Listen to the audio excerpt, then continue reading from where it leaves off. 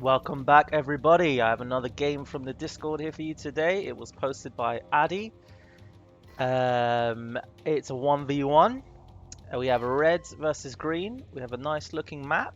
I have vetted this game in advance this time, so I am aware how long it's going to be. Although I did not watch to the end, just because I don't want to spoil it for myself. That takes the fun out of this for me. Right? That's the whole reason why. That's kind of the whole point of this stuff. So let's find out together who wins. The only thing I know about it is that it's going to have a proxy-based situation and a proxy-based denial, which I think is always fun to watch. So let's jump into this and watch this play out. We've got Red here with his warehouse by the berries, as you should always do. Got to speed that food increase.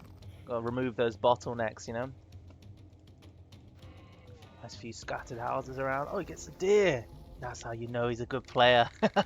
Well, at least better than me. I never go for the deer. That was a good one. Well played.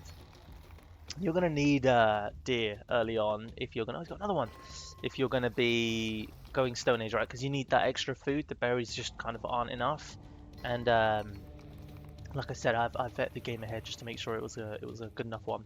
And I know that is this player who goes and puts down the proxy. So he is going to need all this extra food in order to fund such a bold assault. If I'm honest, I hate when people put down proxies. Like, it's a perfectly viable strategy. I get it. It's a smart move. It takes balls to do. You need to be a good player probably to pull it off. But me, can you see this? Hang on. No, he doesn't know. Oh, he might be able to. You can see it in the fog actually. He's got himself some cows. Good. There we go. He's definitely got it now. Yeah. Having said all that, though, having said all that praise, I still hate when it happens to me. It's just like, oh, it's such a stressful, annoying situation to deal with. So let's see how Red Heel deals with it. Alright, the Slinger's taken out the Warriors. The Worker's really committing with the Bulwarks here to hold down the position, make it harder for him to take it out. If you remember, Slingers can't actually harm Bulwarks, which maybe is a smart balance reason, or maybe it's lame. I don't know, depends on which camp you sit in, but that's the situation. So we got the Slingers versus Slingers here for a bit, but as you can see, he's hitting the Workers, which is smart, but you can't hit the Bulwarks, neither can this player. So they can just smack at each other for a while. The Macemen, however, can. These Macemen are going for it.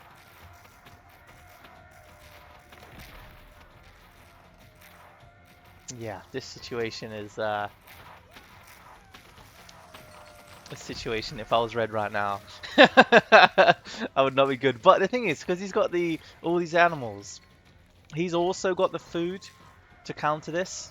So you get to see a lot of Stone Age action when situations like this happen, and Stone Age action is pretty cool, to be fair. Love this. I have been told once that there is a bit of a rock paper scissors scenario, like where Slingers beat Macemen, Macemen beat Warriors, and Warriors beat Slingers. But I think the reality is a little more complicated than that.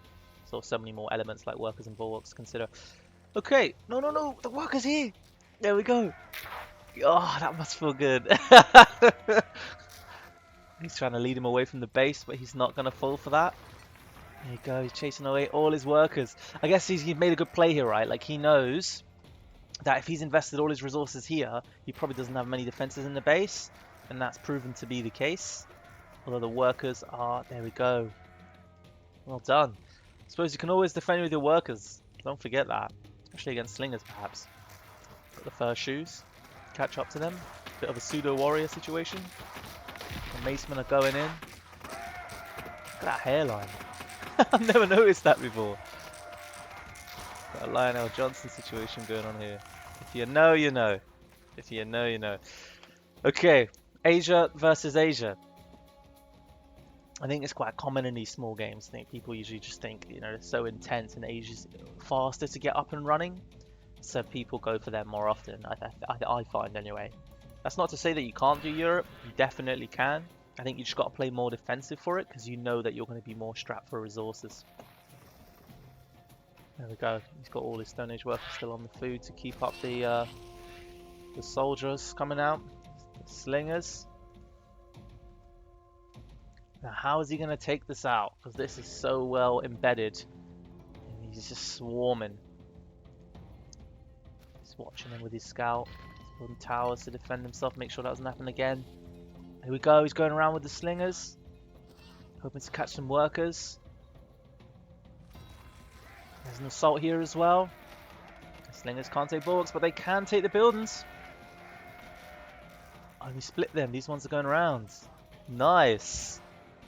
No, no, no, no, here, man. Oh, okay, fair enough. I guess if you want to go all the way to... Yeah, I mean, there's a bigger bounty here, isn't there?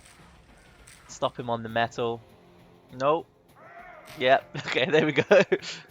Meanwhile, how did this attack go? Okay. I don't see a lot of worker bodies here. I see slinger bodies. So I'm not sure that was very successful. Wow, there's a lot of slingers coming out here. He's run past everything. He's hitting houses. Is that intentional? Possibly? Is that a smart play? Oh, he's going for stonecutter, right. If the stonecutter's down, he can't keep making macemen, I think macemen, but definitely slingers. There we go, they've repaired it.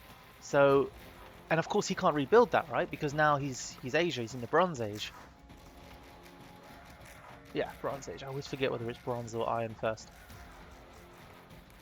So he needs to defend this building, which he's doing quite well, to be fair. It's a nice sneaky assault. But actually, it's a bit of a two-pronged situation here. These lot are micro in.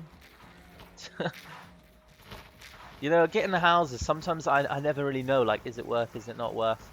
But I think it can be really good, especially if you can't get anything else. But even when you can get other things, it's always worth considering, I think, because if your enemy's pumping out so many troops, then you start taking out his houses, then obviously, you know, his pop cap is reduced, right?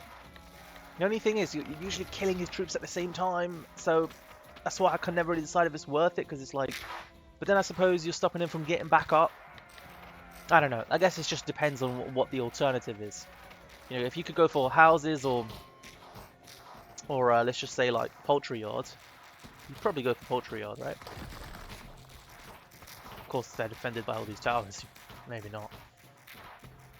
And also, it might be worth considering as well that these are still just huts, so they're easier to take down.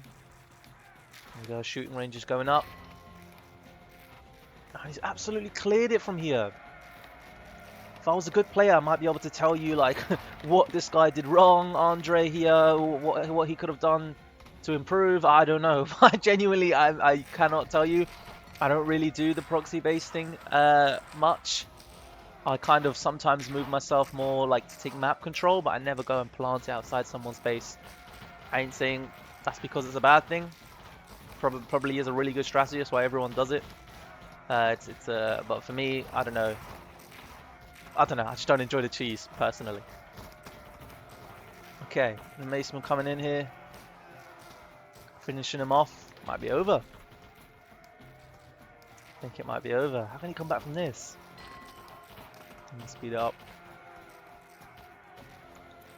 There we go. Well, thanks for joining, everyone. I hope you enjoyed this one. Hope you learned something. Probably not from me, but just by observing for yourself and having a look-see. And yeah, wishing you the best.